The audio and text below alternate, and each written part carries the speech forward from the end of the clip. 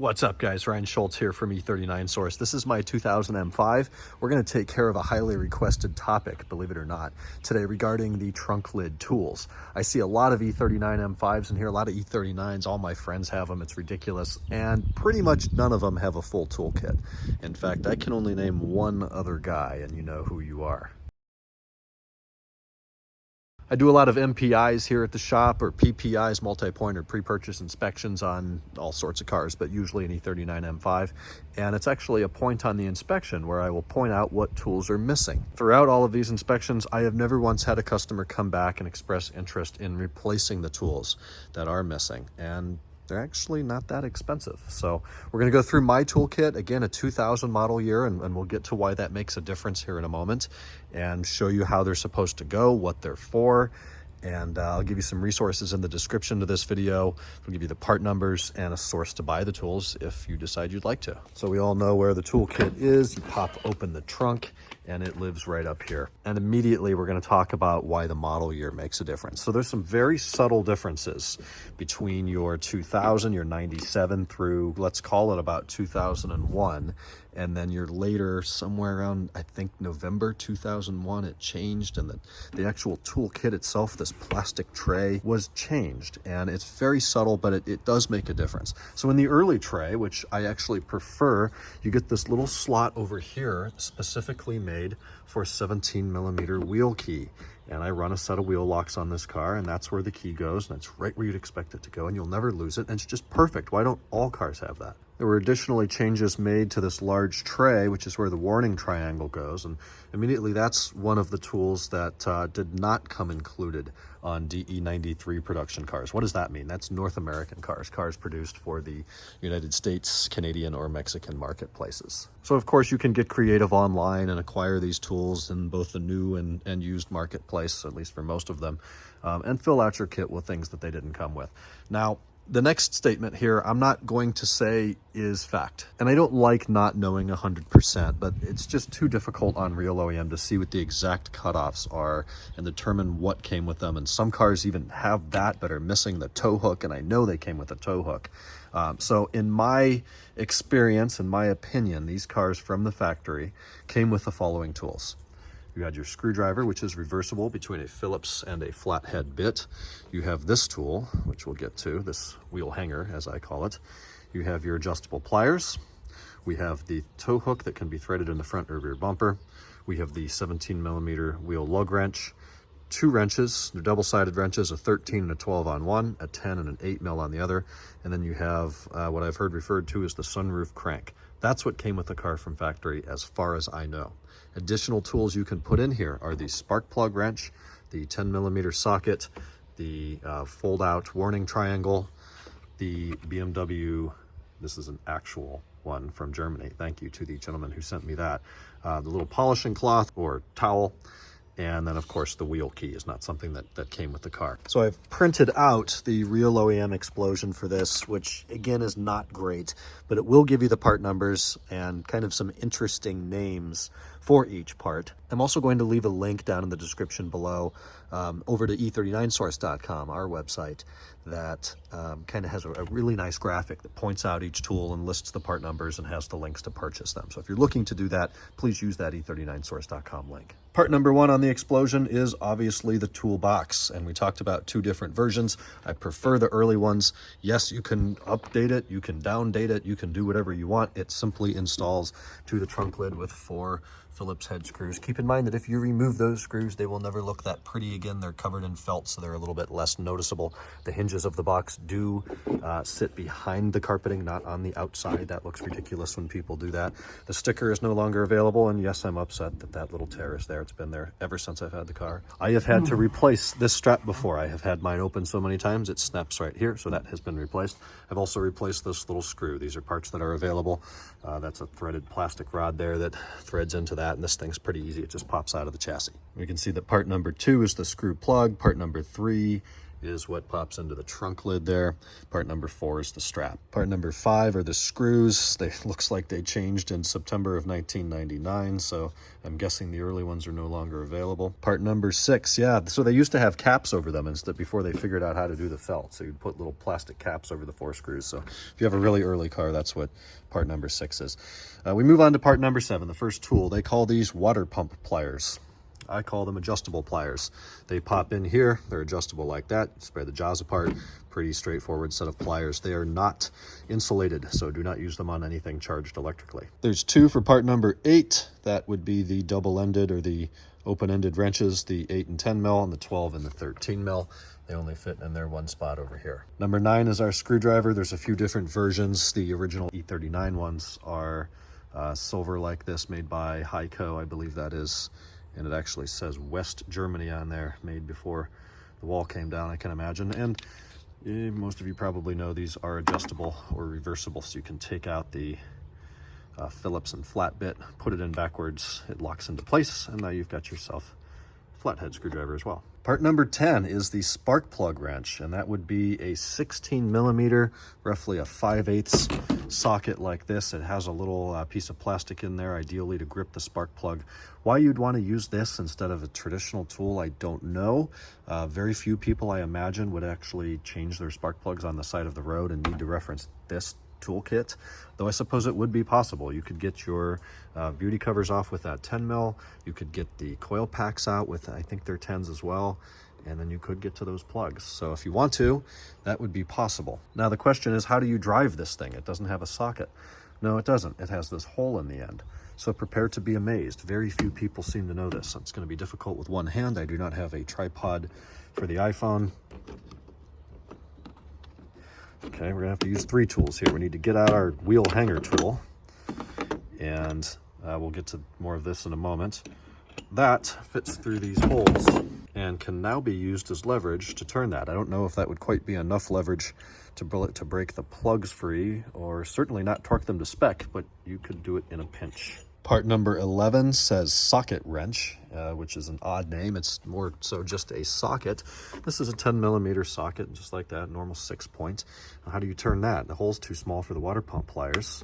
So we use the screwdriver, and you slide the screwdriver through there, and now use that as leverage to twist your 10 millimeter bolts. Part number 12, they refer to this as a pin, which is somewhat accurate, but it's more of a wheel hanger tool.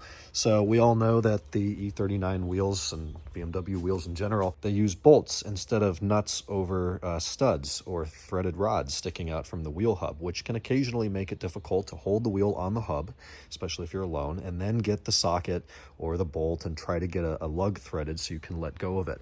Well, there's a tool for this, and obviously mine hasn't been used very much because it's still somewhat clean, but you put it in this way with the gray end going into the hole where the lug bolt will go in the wheel hub.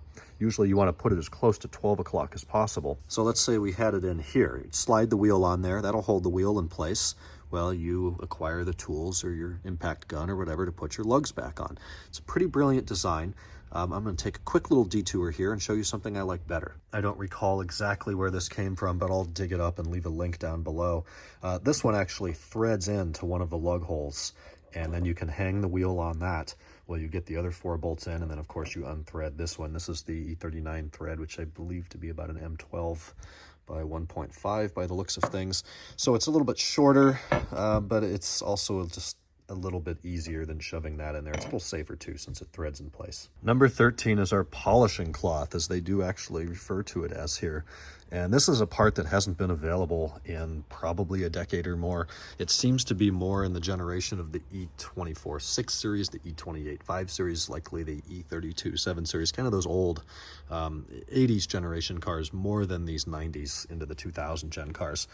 This is allegedly a genuine BMW one from Europe. It's not the most high quality thing. It looks like they just screen printed a BMW logo on there in teal. It is quite soft. I have never washed this. It is pretty much perfectly clean. I'm not sure where it's supposed to go or how it's supposed to be folded, but again, I don't think this ever came with an E39. If you know anything different, please leave a comment down below. I'd love to learn more about this. But I was obsessed with the idea of having everything on this graphic in here, so I've done it. And thank you again to the follower who sent me that. Part number 14, very self-explanatory. This would be a high priority item to have in the car, in my opinion. They call this a crank. I call that a lug wrench. So if you're on the side of the road, you're trying to take the wheel off to go get it patched, or you have a spare or something like that, you need a way to do that. This is just a 6.17 millimeter head. It's a bit of a short tool, so hope your wheels are not over torqued. I've seen people have to jump on it. That's not good. It can fall off, take a nice nick out of your wheel. So you probably do want to have one of those in your toolbox. 15 says lock, and I'm actually not sure at all what that is. As it turns out, the lock appears to be the Velcro strap that my car has, which is only $10 and appears to still be available. Number 16 is our warning triangle. This seems to be more of a European thing than a North American thing. I was able to find a used one. I'm going to dig it out and set it up. I don't do this very often, but cool little nerd party trick here. So early toolkits here that have the little wheel key slot actually have this bit of Velcro here specifically made to hold this in place. And this is the warning triangle that perfectly fits. You can see the way it's contoured and scalloped, just perfectly fit in here. It doesn't rub or rattle, nothing. This had to come from, I think, Germany or the UK or somewhere where I was able to find it in Greater Europe. Of course, it's used. It came in a plastic case. I think it was blue, and it doesn't fit in here with the case. So you take the case out, and then you have your triangle. And we'll bring it down like this. It's surprisingly heavy for what it is. These metal legs fold out. It is not the sturdiest construction in the world, but it'll work in a pinch. There's two more legs on the rear. There's all the legs folded out, and then you take your rear piece, your front piece, move them up together, and they kind of snap into place like that. So if you're stuck on the side of the road, if you need some visibility, some safety, whatever the situation is, you've got a reasonably sized warning triangle that's very reflective, bright color that you can place behind, in front, adjacent to, whatever, you have it in your trunk. On the back of the triangle, that's not a part number, but it's something there on the left, and then made in Germany by them. And this thing's quite old. Appears to be manufactured in July 97 or so. Apologize for the mess in here. I'm about to clean that, but a little fun note here. The car on the graphic, what is that? Is that an E32 7 Series? I believe it's supposed to be. The E60, if I recall, uses an E46. I don't know who makes these decisions, but it does show you to put the warning triangle 100 meters behind the car. Part number 17 is, of course, the most important tool to have in here. Should you ever need a tow, you cannot just zip tie some rope to your front control arms and drag the car behind you. That is not acceptable. You need this tool. This is a large threaded tow hook that will thread into either the rear bumper access door, which can be opened by pressing the triangle relatively firmly, revealing a threaded hole for the tool. To put it back on, you put it on like here and push, snaps back in place, and it works the identical way in the front bumper. And that is also, yes, on the passenger side. I've been trying to figure out what part number 18 is. It shows here that it's a ring cover, and a little Google search shows that it apparently would go in the non-M5 E39s where they have a spare tire in the back. In fact, here's a much better diagram. It would be part number 8, so just not applicable to the M5. I have realized in editing now that BMW does not specify what this tool is, so provide a part number for it on that diagram at least, which is curious. Anyways, this comes out, it's this shape. At the bottom we have a hex head, looks to be about a 4-5 mil maybe. The other end is a bit of a flathead screwdriver, just like this, into a nice little chisel shape. So what the heck is that for? I believe this is called the Sunroof Crank, and in the event that your sunroof gets stuck open, you could pop down the little Alcantara or cloth part of the headliner where the home link is, and that'll show you the bottom of your sunroof motor, which looks like this. And right in the middle of that large gear is a hex head, and look at that. The tool fits in there perfectly, and you can even see the motor copper coils in there moving. You can manually crank that motor and close your sunroof. So good thing they thought of that, which isn't even a problem on these cars. So this is the E39 M5 Toolkit. It's exceptionally rare to see one this well assembled. and it's something that I hope to never have to use. Very occasionally, I will use the screwdriver if I need a sharp item or I actually have to turn a screw. Obviously, my wheel key gets used. I hope to never have to use the tow hook. I have not yet. And the rest of this stuff spends most of its time in here. I hope this was able to answer some questions. If you have any insight, any questions, leave them down below. Feel free to email me, Ryan@e39source.com. I'll talk to you guys in the next E39 Source video. Thanks for watching.